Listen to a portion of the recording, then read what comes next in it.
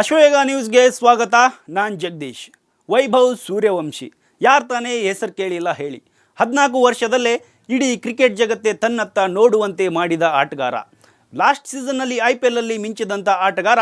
ಮೋದಿವರೆಗೂ ಕೂಡ ಈ ಸುದ್ದಿ ಮಾಡಿದಂತಹ 14ರ ಪೂರ. ಈಗಲೂ ಕೂಡ ಅಂಡರ್-19 ವರ್ಲ್ಡ್ ಕಪ್ ನಡೀತಾ ಇದೆ. Under nineteen world cup India versus England ನಡೀತಾ ಇದೆ. ಈ ಅಂಡರ್-19 ವರ್ಲ್ಡ್ ಕಪ್ ಫೈನಲ್ನಲ್ಲಿ ಕೂಡ ವೈಭವ್ ಸೂರ್ಯವಂಶಿ ಅಬ್ಬರಿಸಿದ್ದಾರೆ. 175 ರನ್ ಬಾರಿಸುವ ಮೂಲಕ ಫೈನಲ್ನಲ್ಲಿ ಅತಿ ಹೆಚ್ಚು ರನ್ ಬಾರಿಸಿದ ಆಟಗಾರ ಎನಿಸಿಕೊಂಡಿದ್ದಾರೆ.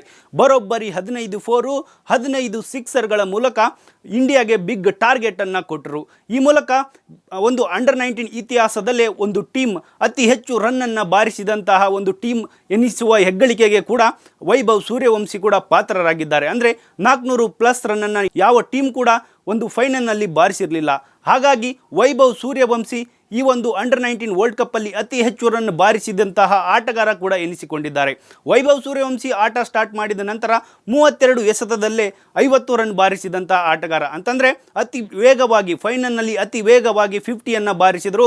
ಅದಾದ ನಂತರ 55 ಬಾಲ್ಗಳಲ್ಲಿ ಸೆಂಚುರಿಯನ್ನು ಬಾರಿಸಿದರು. ಬರೋಬ್ಬರಿ 80 ಬಾಲಲ್ಲಿ 175 run, 15 four, 15 sixer.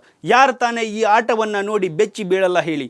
England ಬಾಲರ್ಗಳನ್ನು ದಂಡೆತ್ತಿದ Vaibhav Suryavanshi ಇಂಡಿಯಾಗೆ ಬಿಗ್ ಟಾರ್ಗೆಟ್ ಕೊಡುವ ಮೂಲಕ ಒಂದು ಇಂಗ್ಲೆಂಡ್ಗೆ ಭಯಪಡಿಸಿದ್ದಾರೆ.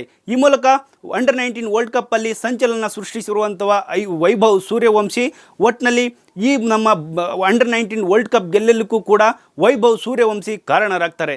ಈ ಮೂಲಕ ವೈಭವ್ ಸೂರ್ಯವಂಶಿ ಕ್ರಿಕೆಟ್ ಲೋಕವೇ ತನ್ನತ್ತ ತಿರುಗುವಂತೆ ಮಾಡಿದ್ದಾರೆ.